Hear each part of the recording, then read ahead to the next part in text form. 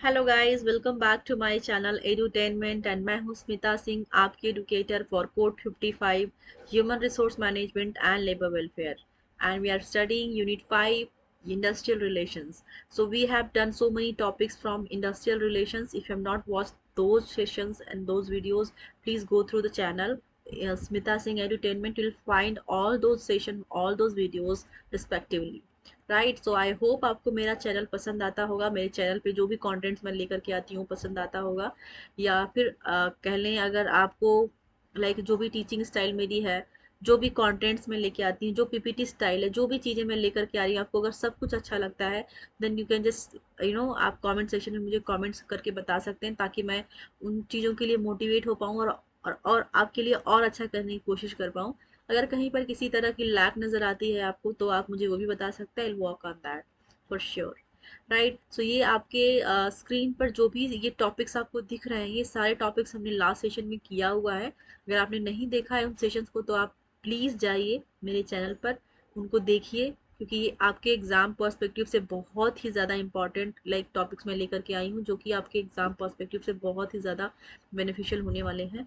और इन्हीं की बेसिस पे आप अपने एग्ज़ाम को क्रैक कर पाएंगे, क्योंकि अगर आप पीवाईक्यूज या एमसीक्यूज सॉल्व कर रहे हैं, तो सबसे पहले आपकी नींव मजबूत होनी चाहिए, आपका थ्योरी पार्ट मजबूत होना चाहिए, थ्योरी के कॉन्सेप्ट क्लियर होने चाहिए आपके, कि कौन से थ्योरी का क्या मतलब है और क्यों है। राइट, सो ये चीज़ें अगर जब तक आपका थ्योरी पार्ट स्ट्रांग नहीं रहेगा, तब तक आप एग्जाम में अपने क्वेश्चंस को सॉल्व नहीं कर पाएंगे, क्योंकि यूजीसी नेट कोई ईजी सा क्वेश्चन नहीं पूछता है आपको। क्वेश्चन हमेशा घुमा के पूछता है और ट्रिकी पूछता है।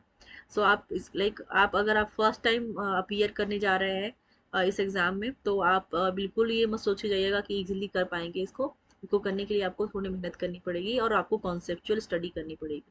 तो लास्ट सेशन में हमने किया था workers participation in management, objectives of workers participation in management बात की थी हमने।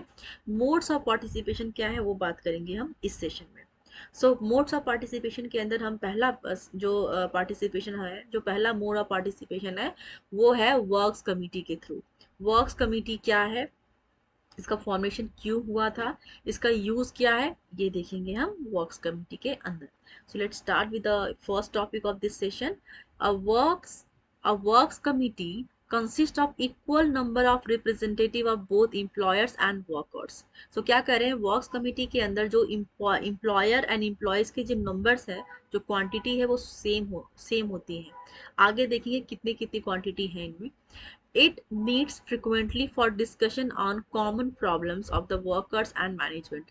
After discussion, joint decisions are taken and such decisions are binding on both the parties. Matters like wage payment, bonus, training, discipline etcetera are discussed in such meetings. So यहाँ पर कुछ specification नहीं दिया था कि कितने मेंबर होने चाहिए। सपोज अगर दो मेंबर एम्प्लॉयर के हैं, तो दो मेंबर एम्प्लॉयज के साइड से भी आएंगे। सपोज पांच अगर एम्प्लॉयर हैं, पांच मेंबर्स हैं, पांच पीपल हैं वर्क्स कमेटी के अंदर, सपोज पांच नहीं छह, क्योंकि बराबर रखना है आपको। सपोज छह पीपल अगर वर्क्स कमेटी में है, या फिर 10 का पीपल वर्क्स कमेटी में अगर हायर किए गए हैं, अपॉइंट किए गए हैं, तो उनमें से पांच एम्प्लॉयर की साइड से होंगे और पांच एम्प्लॉयज की साइड से होंगे, ताकि जो भी डिसीजन निकल के आए उसमें कोई भी चीज बायस ना हो, बायसनेस ना हो, उसको अवॉइड करने के लिए दोनों जो पक्ष हैं बराबर होने चाहिए।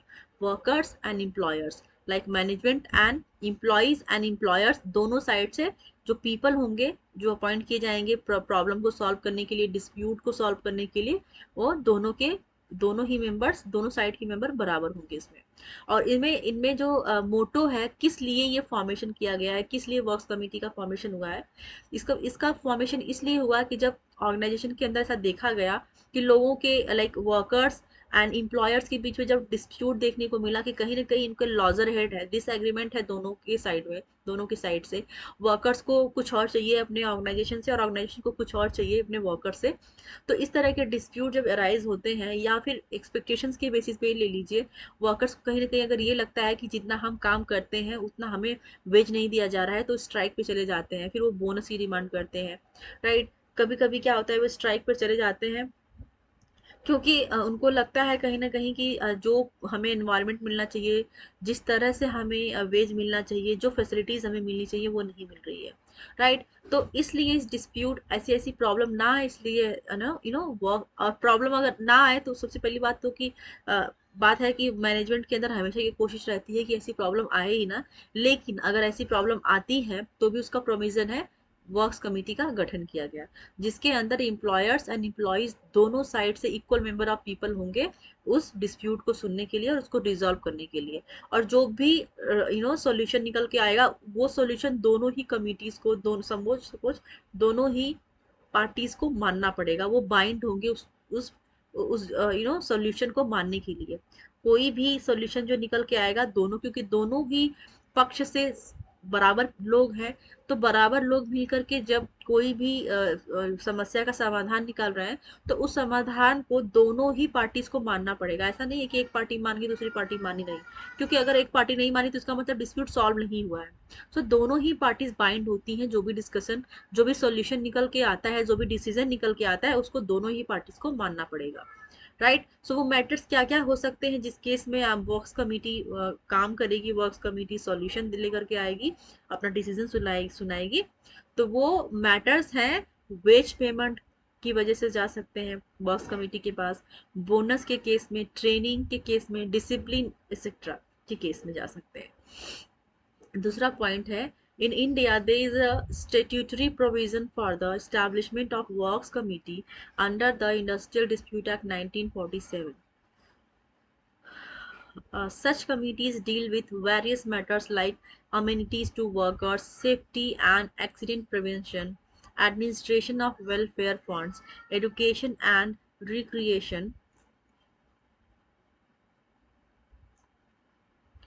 recreational facilities, etc. However, the works committee have not proved to be effective in India.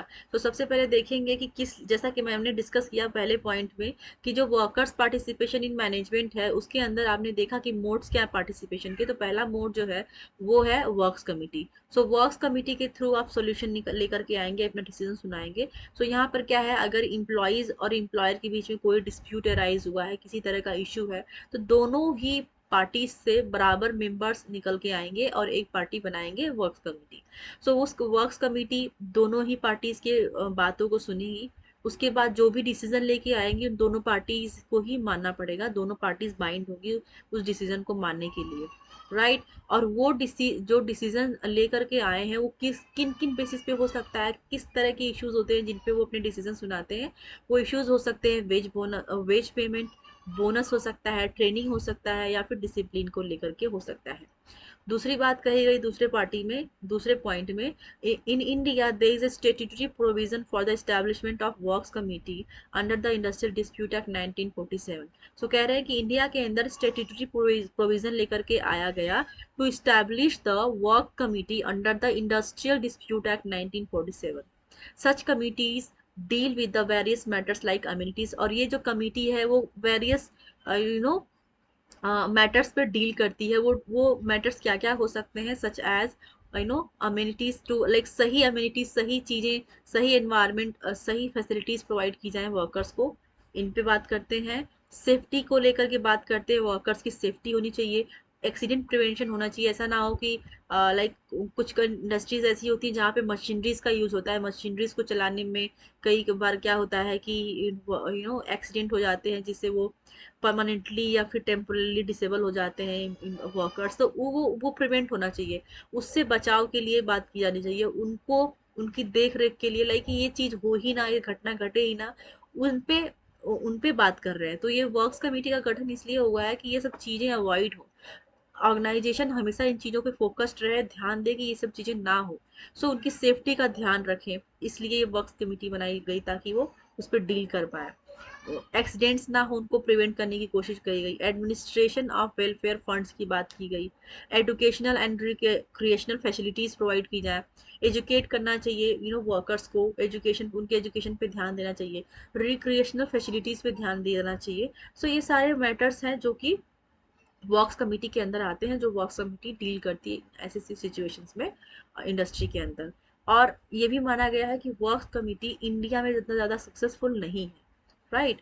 This is not as much at this is, यहाँ पे लास्ट लाइन में आप देख रहे हैं कि however the works committee have not prove to be effective in India.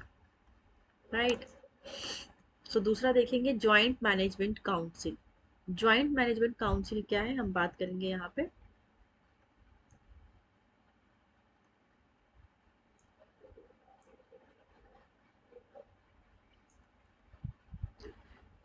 It was started in UK with the formation of Whiteley councils.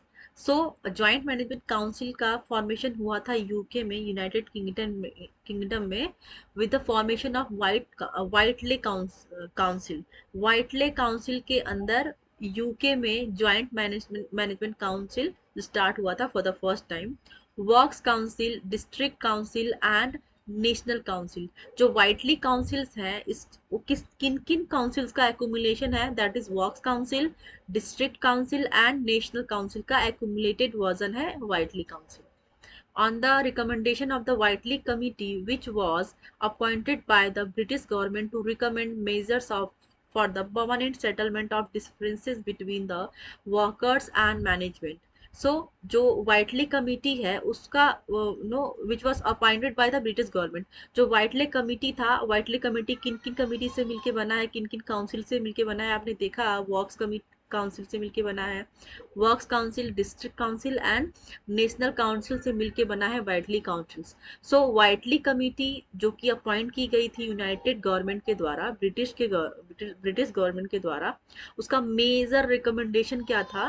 Recommendation था permanent settlement of differences between the workers and management. So management and workers के बीच में जो भी differences हैं उनको permanent settle किया जाए, वो बात की गई थी ज्वाइंट मैनेजमेंट काउंसिल के अंदर। Joint consultation involves setting up of joint committees represented by the workers and the management to discuss and give suggestion for improvement with regard to matters of mutual interest. So यहाँ पर क्या बात की गई कि joint consultation involves क्या involvement होता है joint consultation का? आपने देखा setting up of joint committee represented by the workers and management to discuss and give suggestion for improvement with regard to matters of mutual interest. So दोनों के interest में जो भी सॉल्यूशन निकल के आए, मैनेजमेंट एंड वर्कर्स दोनों के ही जो दोनों ही पक्ष को सुने सबसे पहले, उसके बाद सुनने के बाद सही दोनों के लिए सही क्या है वो उस पे डिस्कस करें और उसके लिए सजेशंस लेकर के आए, उनकी इम्प्रूवमेंट के लिए, उनके म्यूचुअल इंटरेस्ट की बात की थी ज्वाइंट मैनेजमेंट काउंसिल के अंदर। कलेक्टिव बार्गेनिंग देखेंगे, थर्ड है। It is an industrial relations process in which employees, through their elected leaders, participate on equal basis with management in negotiating labor agreements, in administering the agreements, and in redesigning redressing grievances of the workers. So क्या कह रहे हैं, collective bargaining से आपको समझ में आ रहा होगा कि लाइक कलेक्टिव बार्गेनिंग मतलब कि कलेक्ट होकर के भी, मतलब एकजुट होकर के बार्गेन करना। सो वो एकजुट कौन कौन लोग होंगे? It is an industrial relation process in which employees through their elected leaders, जिसमें जो इम्प्लॉयज हैं इलेक्टेड लीडर्स के साथ मिल करके पार्टिसिपेट करते हैं। कलेक्टिव बार्गेनिंग का मतलब है कि ऑर्गेनाइजेशन के अंदर, इंडस्ट्रियल रिलेशंस के अंदर इम्प्लॉयज एक इलेक्टेड लीडर्स के साथ, मतलब कुछ जो इलेक्टेड लीडर्स होते हैं, इम्प्लॉयज इलेक्टेड लीडर्स के साथ मिल करके पार्टिसिपेट करते हैं on equal basis with management in negotiating labour agreement. So वो फिर निगोशिएट करते हैं मैनेजमेंट के साथ लेबर एग्रीमेंट के लिए, in administering the agreements in and in redressing grievance of the workers. So उन जो भी ग्रीवियंसेस हैं वर्कर्स के, उन पे बात करते हैं एकजुट होकर के। इम्प्लॉयज का क्या होता है, कुछ ग्रुप होता है, इलेक्टेड लीडर्स होते हैं ऑर्गेनाइजेशन के अंदर वर्कर्स के बीच में, तो वो उनके साथ मिल करके मैनेजमेंट के साथ एक डील करते हैं कि जो भी डिस्प्यूट है, जो भी प्रॉब्लम है वर्कर्स की, वो सॉल्व होनी चाहिए। So this is the collective bargaining, जहाँ पर एकजुट होकर के मिल करके कुछ लोग, कुछ लीडर्स वर्कर्स के साथ मिल करके जो एज अ लीडर अपॉइंट किए गए हैं, वो लीडर्स कलेक्टिवली मिल करके मैनेजमेंट के साथ डील करते हैं कि जो भी डिस्प्यूट है, जो भी प्रॉब्लम्स हैं वर्कर्स की, वो रिजॉल्व होनी चाहिए। This is the collective bargaining in the organisation. So तीन हमने देख लिया मोड्स ऑफ पार्टिसिपेशन क्या क्या है। वर्क्स कमिटी देखा हमने, ज्वाइंट मैनेजमेंट काउंसिल देखा हमने, एंड कलेक्टिव बार्गेनिंग देखा। अगर ये तीनों ही टॉपिक आपको समझ में आए हो इस सेशन के, तो आप मुझे बता सकते हैं कमेंट सेक्शन में कमेंट करके। अगर लगता है कहीं पर भी कोई कमी है, कोई लैक है किसी भी चीज में, लाइक कंटेंट में, टीचिंग स्टाइल में, पीपीटी में, anything if you find, then please do let me know, I will work on that. Alright, and thank you so much for watching me, thank you very much.